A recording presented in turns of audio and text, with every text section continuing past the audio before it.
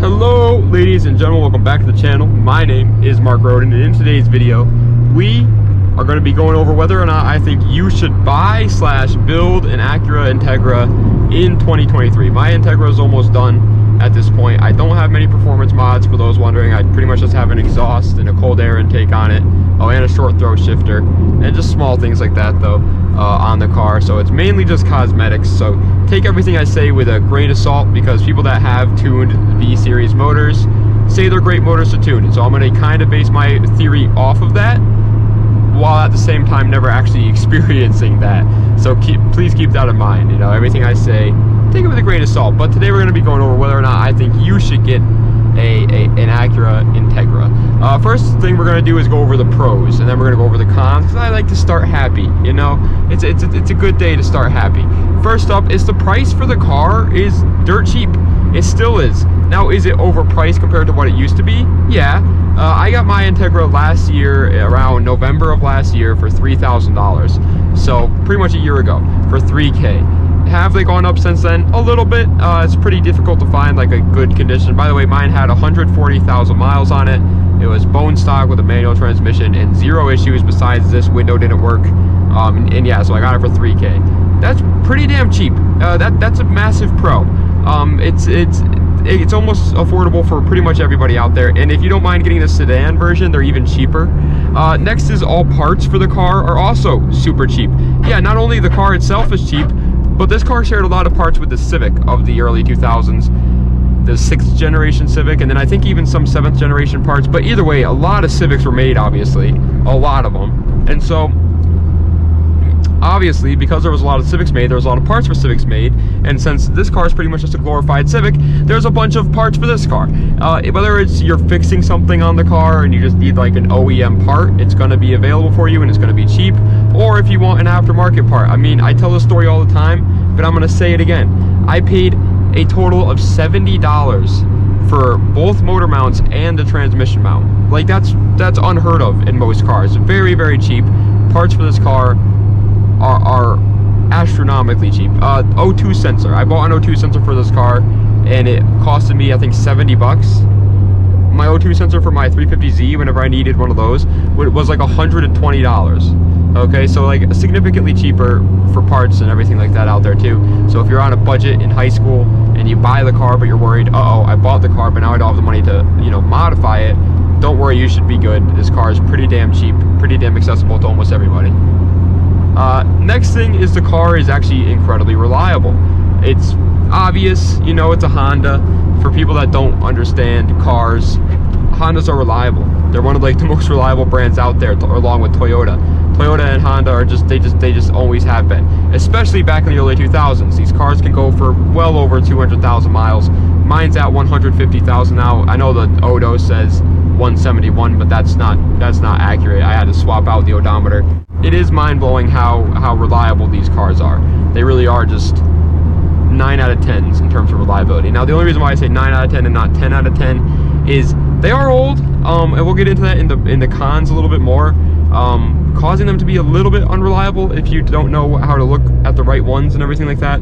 But I mean, honestly, man, I even the unreliability problems that this car might have are going to be a lot less of a headache than something like a BMW or a Subaru or anything of that nature. It's just these are just going to be significantly more stress-free than one of those cars. So yeah, it might have some more issues just because of its age, but again, those issues are going to be very minuscule. And you find any car that's 23 years old and it's going to have way more problems than this one is anyway. So, oh, there's my friend Zach. I love his truck. His truck is so nice. Anyway, next thing is the car is very, very fun in the twisties. You know, if you live somewhere where you can go off into the canyons and really carve on this with this bad boy and write your name in the ground, this thing is, oh my god, you're gonna have a blast with it. People, I mean, it's front wheel drive, so keep that in mind. You know, if you like rear wheel drive, and if you I like rear wheel drive, so I was definitely like skeptical about buying a front wheel drive car. But you know, it does have some understeer, of course, because it's front wheel drive, but overall it's just like 10 times more enjoyable to drive in the twisties than like my 350Z. My 350Z is heavy, has a lot of horsepower, and it's rear wheel drive, so driving it in the twisties kind of feels sketchy sometimes. This car, it freaking grips. It rockets around corner. It's lightweight. It's front wheel drive. It literally is like just point the wheel where you want to go and it will go that direction. It is so much fun to drive around in twisties. Now, yeah, if you live somewhere in like a big city and you don't really have stuff like this where you can go out and just, you know, cruise, this is kind of, you know, irrelevant to you. But listen, bro, even if you do live in a big city, go out into the countryside if you buy an Integra and just experience it, because you're gonna wish that you did so much earlier. It's so much fun to just freaking rip this thing around the sharp corners. Like every car in this corner that I'm going right now, every car I've ever been in, I press on the brakes, I go like 40 miles an hour around that corner. I just went around it at like 55 and didn't even think about it. Like that was just cruising. And so it's definitely very, very, very fun in the old twisty canyons. And finally, for the pros, last thing that we're going to talk about that's good before we get into the "oh, I don't like it" part about the car is the tuning capabilities are through the roof. I mean, again, take everything I say here with a grain of salt, because I haven't done much actual tuning to the car myself. Only exhaust, cold air intake, and short throw shifter. That's it for and coilovers, but like that's it for performance. Everything else is just purely cosmetic. But I mean, it's no secret, man. Like I feel like I don't have to experience it myself to be able to say that a B series in a Honda is a recipe for success when talking about tuning. Everybody loves the B series, and there's a good reason for that. You turbocharge them. They're incredibly light cars, so again, every little like horsepower number that you gain from the motor is you're gonna feel it because the car is so damn light. And you turbo it, you do whatever you want, it full bolt-ons, whatever.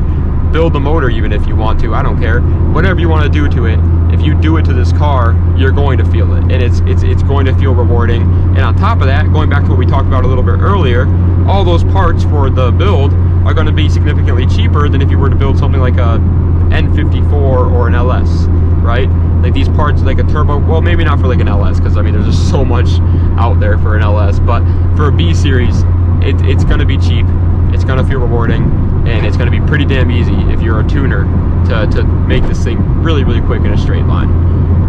And then now we're going to get into the cons, the things that are, yeah, I guess technically bad about the car, and things that I would just keep on your mind if you're thinking about getting one. First up is the car is old and outdated. This is the interior.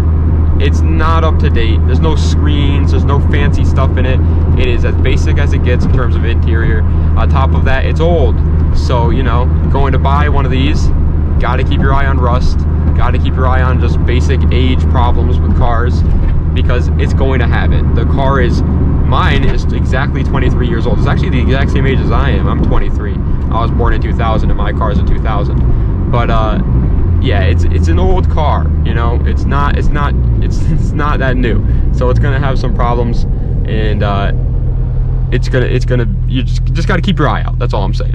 Next is, for the cons, is the car is very slow in a straight line. I constantly find myself struggling to get the car to 100 miles per hour. Again, mine is stock. You could very easily make it fast in a straight line if you modify it, but stock, the car is very, very slow. It's a big change too, especially if you go from having something relatively quick.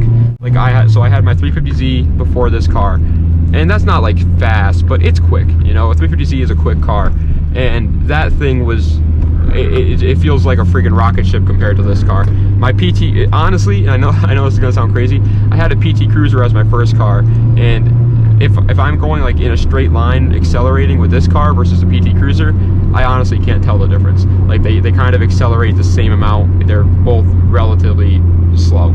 It is not fast. If you are a drag racer guy and you don't have the money to tune this car, stay away from it. You're not going to be happy, because it's just not quick in a straight line. Next is, it is not the biggest head turner. If you are trying to do it for the clout, to get all the girlies to look at your cars, first of all, it's a horrible idea. Just go to like the gym or something. Girls don't care about cars. Girls care about muscles and money. Okay, go do that. Bad idea. But if you are doing that for some awful reason, this is not the car for you. This is a old Acura. Nobody cares about this car besides other car guys. If I could drive this thing through the freaking pits of Los Angeles, through Skid Row, and not a single person would try to rob me. They would be like, oh, that poor guy, he's already pretty struggling. So don't buy this if you're trying to look for like the clout head turner stuff. If you're looking for clout in the car community, yeah, because everybody likes the Integra here with us. But when it comes to, oh my god, that gas station's open. It's the first time that gas station's been open. Wild. But yeah, if you're looking for clout outside of it, if you're looking to turn heads everywhere you go, not the car to do it with. Just trust me on that. Not a lot of people look at the thing. And then finally, for the cons, and the final thing we're going to talk about before we go over like whether or not I actually think you should, is the car is very small. I'm 6'1", and now I've gotten used to it, so I'm fine now. But when I first got in this car, I was very like disappointed in its size. I was like, oh man, I'm going to feel cramped every time I drive it. I'm going to feel like very, you know, uncomfortable. Again, I have gotten used to it, but I can definitely notice when I sit in other people's cars or I get in my 350Z, I'm like, yeah, the Integra's small. It's not a big car. On top of that, it does have 4 seats technically, but the back seats are pretty much useless unless your friends have no legs. If your friends have no legs, then yeah, they can sit back there. But besides that, yeah, those back seats are useless. It does have some decent trunk space. I'll give it that. It has some decent trunk space back there. But yeah, the car is small. On top of that, you don't feel safe driving it. You know, you feel like if you get into an accident, you are a dead man because it's so tiny. So just keep those things in mind. You know, it's not, if you're a tall boy and you really care about like having all the space in the world, no. Probably not for you, at least not for a daily driver. If this is like your project car, then who cares if you feel cramped? It's a race car, bro. You're not supposed to feel comfortable in a race car. But if it's your daily driver, then yeah, no, I would not. But my final verdict on whether or not you should buy a Integra and tune it or whatever is overall, I honestly think yes, if you're a tuner. If you are somebody that likes to take a car and turn it into something that you would never expect it to be, then yeah, absolutely. I mean, it's one of the best platforms out there for it, in my opinion, right now. It's cheap, it looks decent once modified, but looks unassuming when stock. It has tons of potential for performance. Every part for it is cheap, it's reliable, it handles power well. It is, in my opinion, yes, absolutely incredible for if you want to, if you want a cool little cheap tuner car. I think it's a great idea for that. Now, on the other end of the spectrum, for a practical, daily driver, comfortable type of car that's also somewhat cool and somewhat fun, you know what I'm talking about, like a BMW 3 Series, right? Like that's a good looking car that you can have fun in, but is also practical enough to be a daily driver. If that's the case, if that's what you're looking for, I would stay away from this car.